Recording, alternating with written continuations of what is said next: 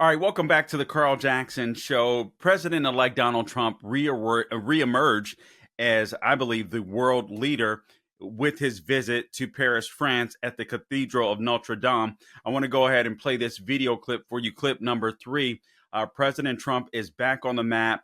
Biden had a bad week, in my opinion. I'll share that with you. I think President Trump had an excellent week, and I think it started out right here. Go ahead and roll video clip number 3, please.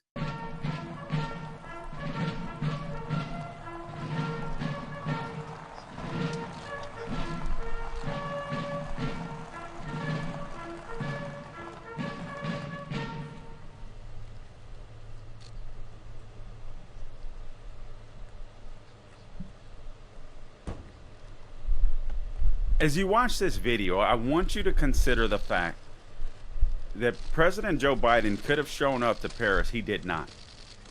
Now look at President Trump. Look at Macron.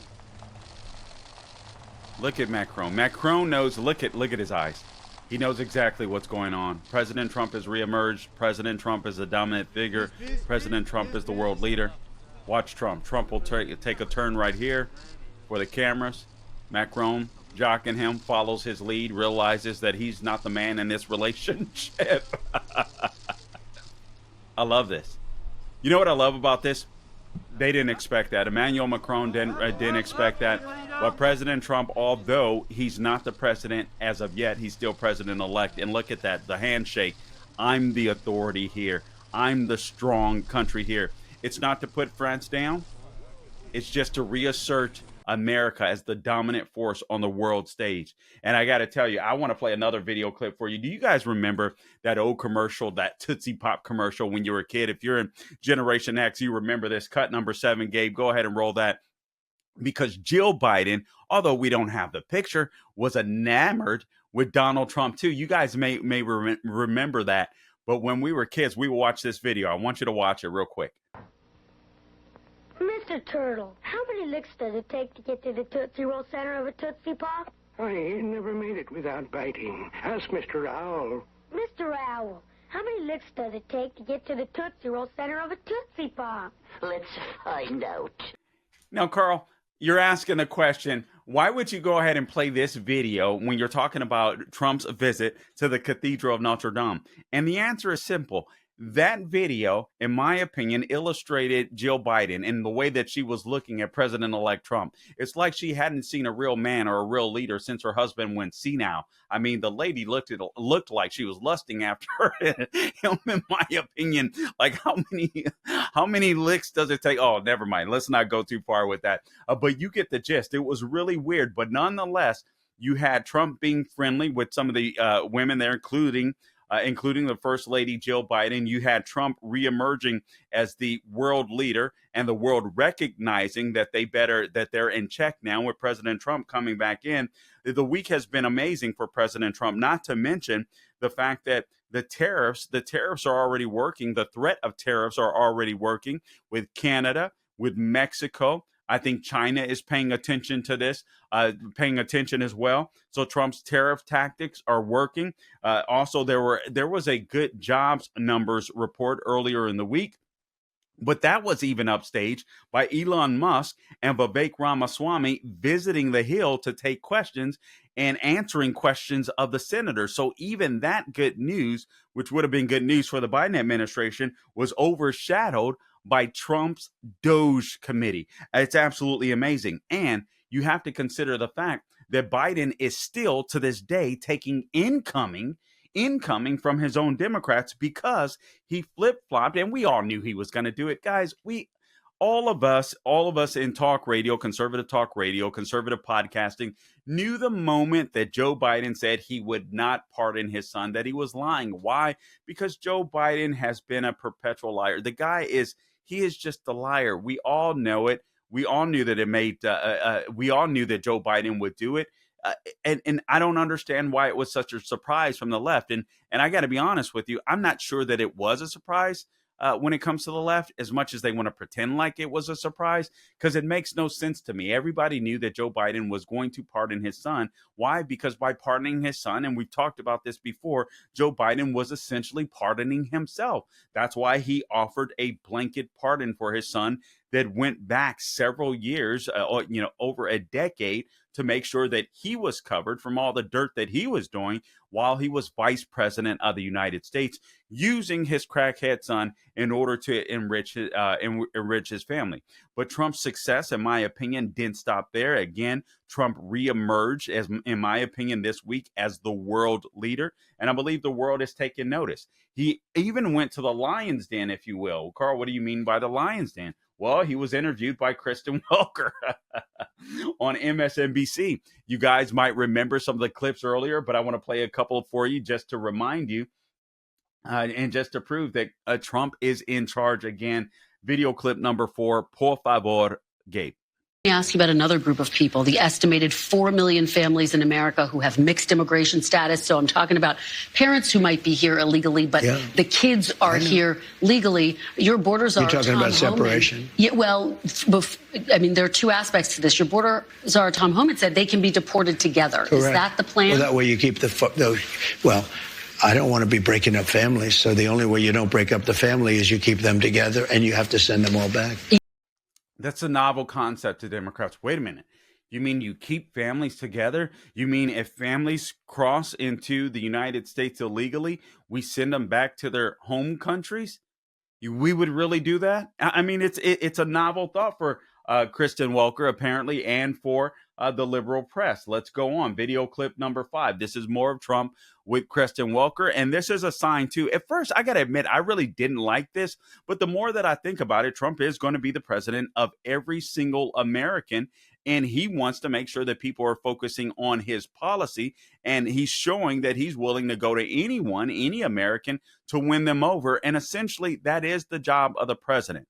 We just want to make sure that he's implementing conservative policies and not the policies that Kristen Welker believes in. Ultimately, hopefully she learns to love the policies. Video clip number 5, please, Gabe.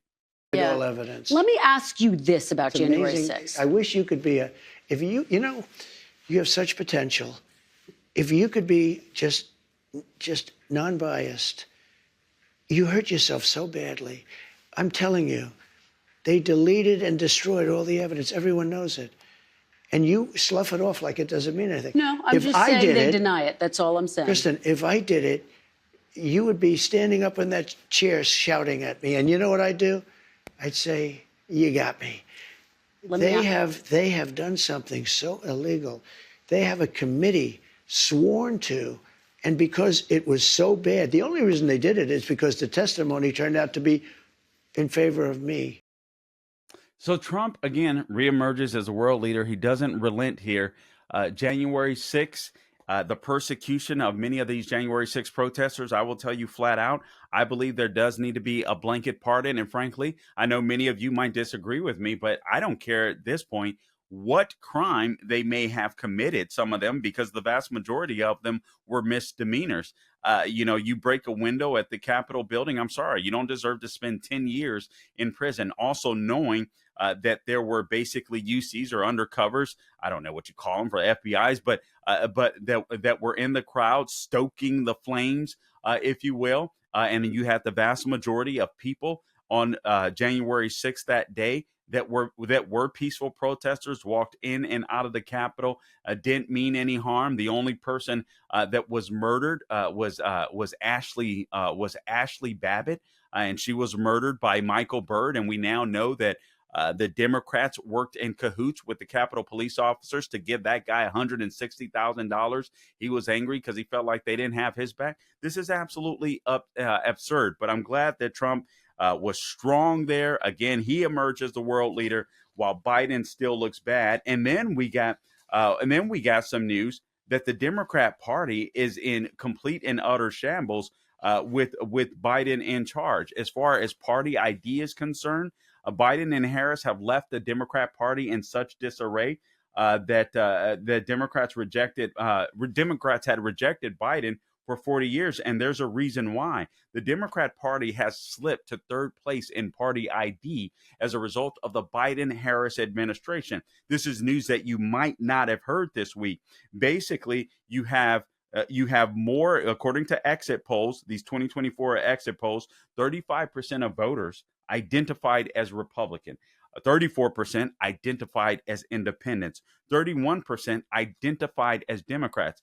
And Democrats have not learned their lesson. And by the way, they're not going to learn a lesson. The Democrat Party has shifted to the far left.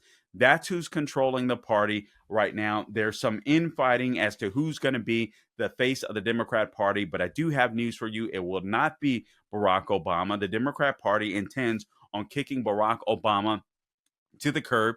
And that, too, in my opinion, is a win for Trump, because we're going to see the end of the Obama era. He is not going to have enough influence or as much influence anymore. Not to mention, we've just seen Christopher Wray FBI director offer his resignation.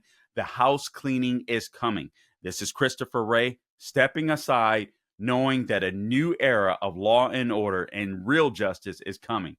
We'll be back with more on the other side. Stay tuned. This is the Carl Jackson Show. Hey, Christmas is coming up, and MyPillow is excited to announce that their Christmas extravaganza is finally here. Get this season's flannel sheets for as low as $59.98. They won't last long, so get them while they last. Their famous My Slippers, these haven't been on sale for over a year, and they're regularly priced at $119.98, but for a limited time only, they're now $59.98. And their 6-piece towel sets are back in stock with extremely limited quantities, only $29.98. With hundreds of MyPillow products, there's something for everyone on your Christmas list.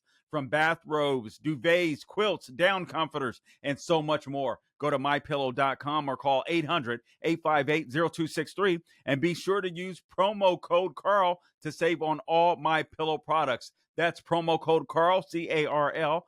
Flannel sheets for as low as $59.98. The 6-piece towel set as low as $29.98. But that's not all. They're extending their 60-day money-back guarantee until March 1st of 2025. Plus all orders over $75 or more ship for absolutely free. Go to MyPillow.com, promo code Carl.